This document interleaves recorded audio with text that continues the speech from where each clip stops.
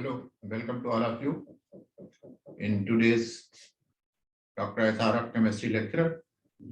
Today I will discuss about the lattice energy and its importance in the stability of the ionic or electrolyte compound. So let us first define what is lattice energy.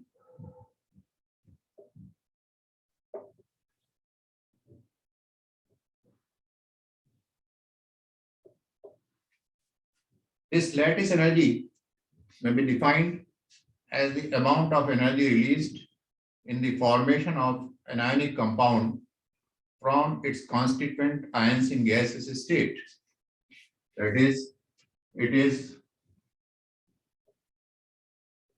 the amount of energy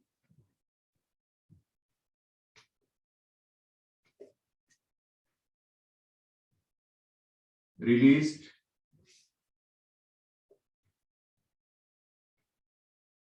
in the formation of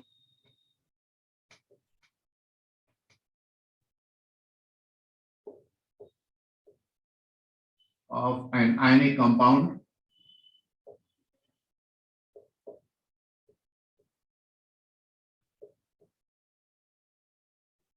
from its constituent ions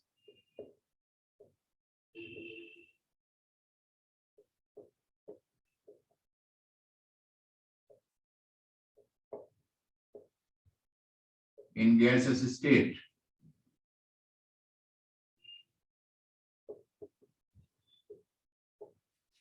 Generally, we indicate the lattice energy by the symbol capital U. Now,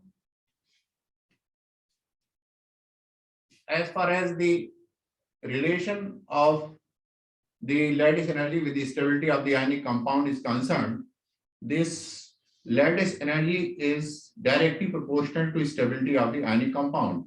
That is, greater is the lattice energy, greater will be the stability of the ionic compound. So this U is directly proportional to the stability of the ionic compound.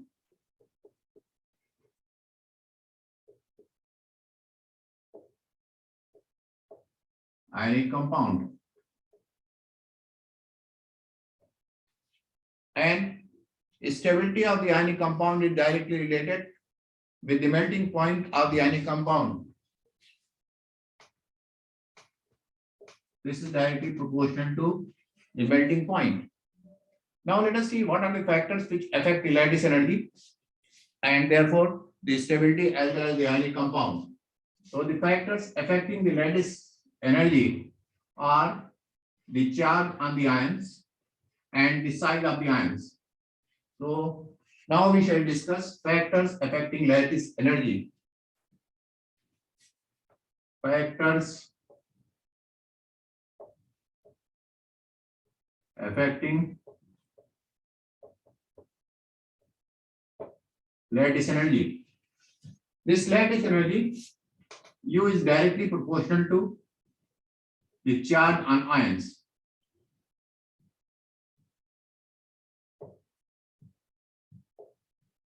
That is, greater is the charge on the constituent ions of the ionic compound, greater will be lattice energy and greater will be the stability of the ionic compound, and thus greater will be its melting point. Let us take few examples for this.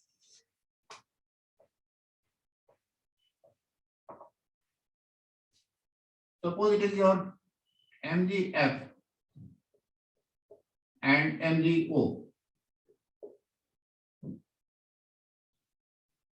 In MgF and MgO, the fluoride ion carries one negative charge and here the oxide ion carries two negative charge. So the charge on the oxide ion is greater in comparison to that of the fluoride ion. Therefore, lattice energy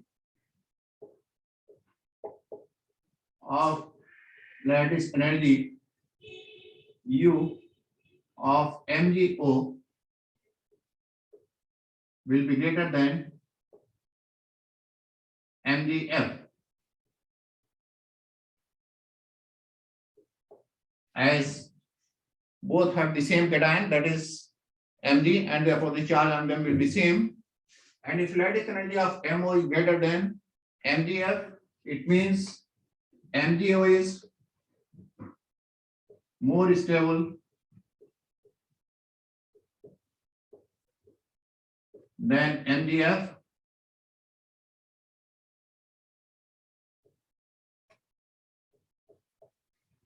And if MgO is more stable than MgF, then it means that melting point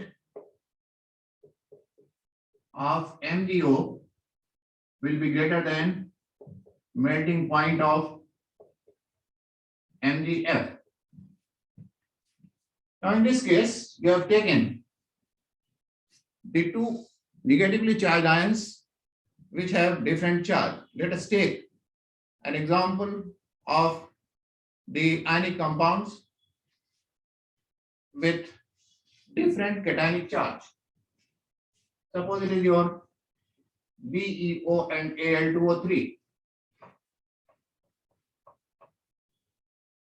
BeO and Al2O3. In BeO, the beryllium carries 2 positive charge, and in Al2O3, the aluminum carries 3 positive charge. And therefore, lattice energy of Al2O3 will be greater than lattice energy of BeO, and hence melting point of Al2O3 will be greater than melting point of BeO. In this way, you will not have to claim the melting point for comparison the stability, but you must have fundamental knowledge of the lattice energy and the factors affecting the lattice energy. Now let us take the another factor which affects the lattice energy, and that is the size of the ion. The size of ion is inversely proportional to lattice energy. That is, smaller is the size of the ion, greater will be lattice energy, more will be the stability of the ionic compound, and thus more will be its melting point. As for example, you consider NaF and NaCl. In NaF and NaCl, size of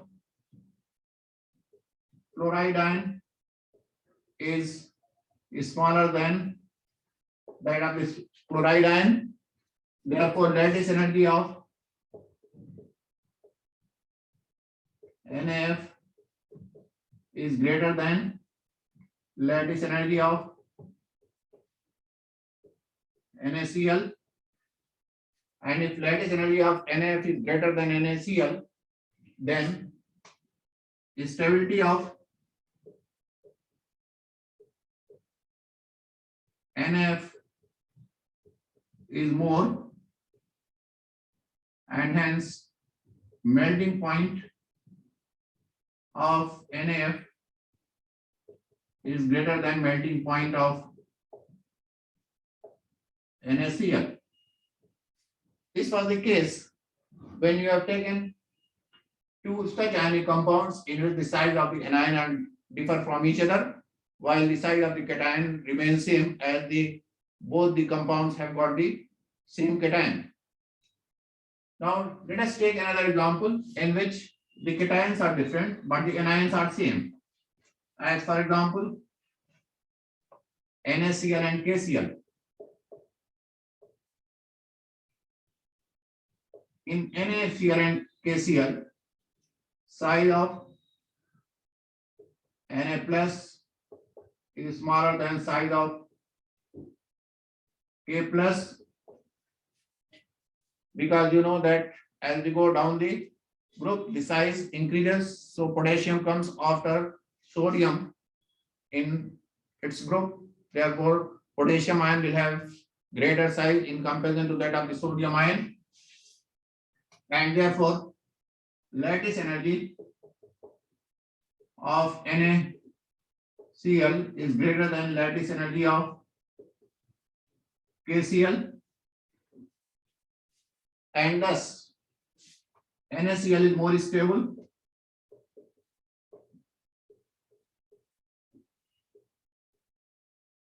than KCl, and hence melting point of NaCl is greater than melting point of KCl.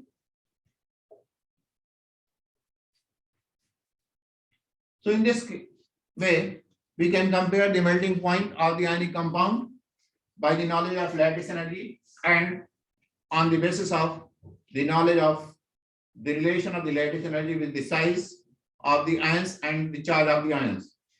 Now, how to calculate the lattice energy of an ionic compound? The lattice energy of the ionic compound can be calculated with the help of Born-Haber cycle. So let us discuss now about the Born-Haber cycle.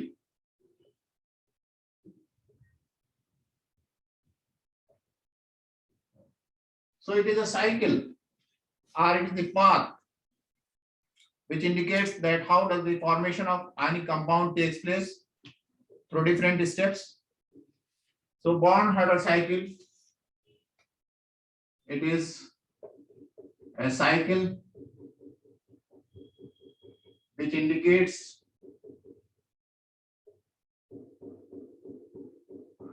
that what are the various steps involved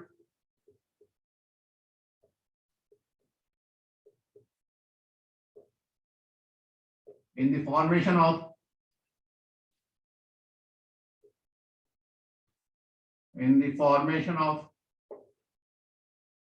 an ionic compound.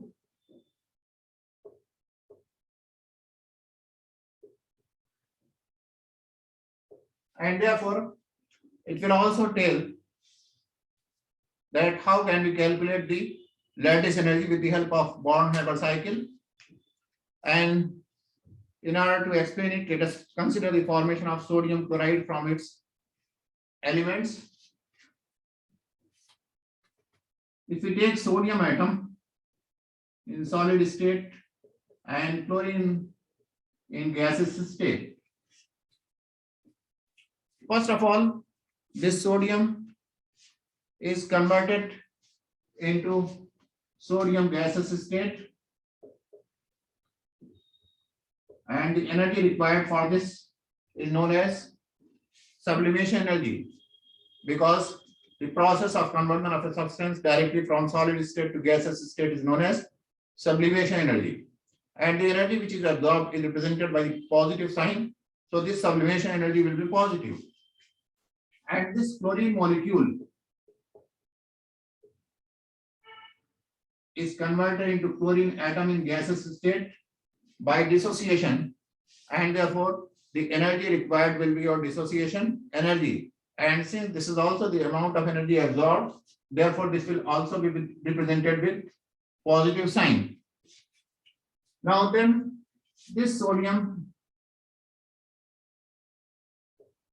in gaseous state is converted into sodium ion in gaseous state, and the amount of energy required to convert the sodium from gaseous state into sodium ion will be the ionization energy.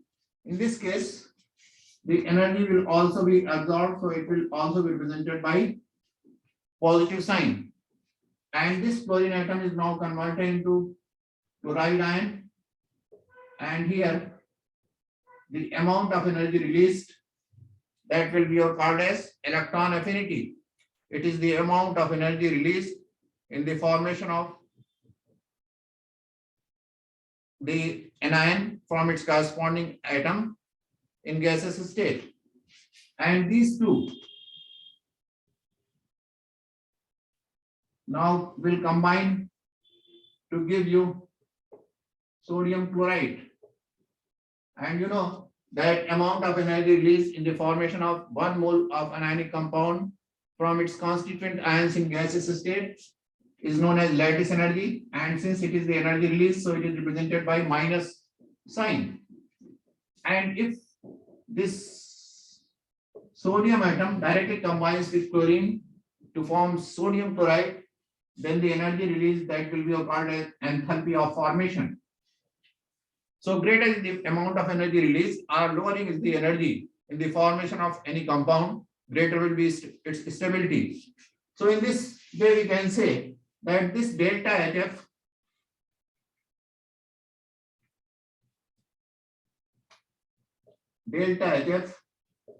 this will be equal to S plus 1 by 2D, both are the energy absorbed, plus IE minus EA minus U.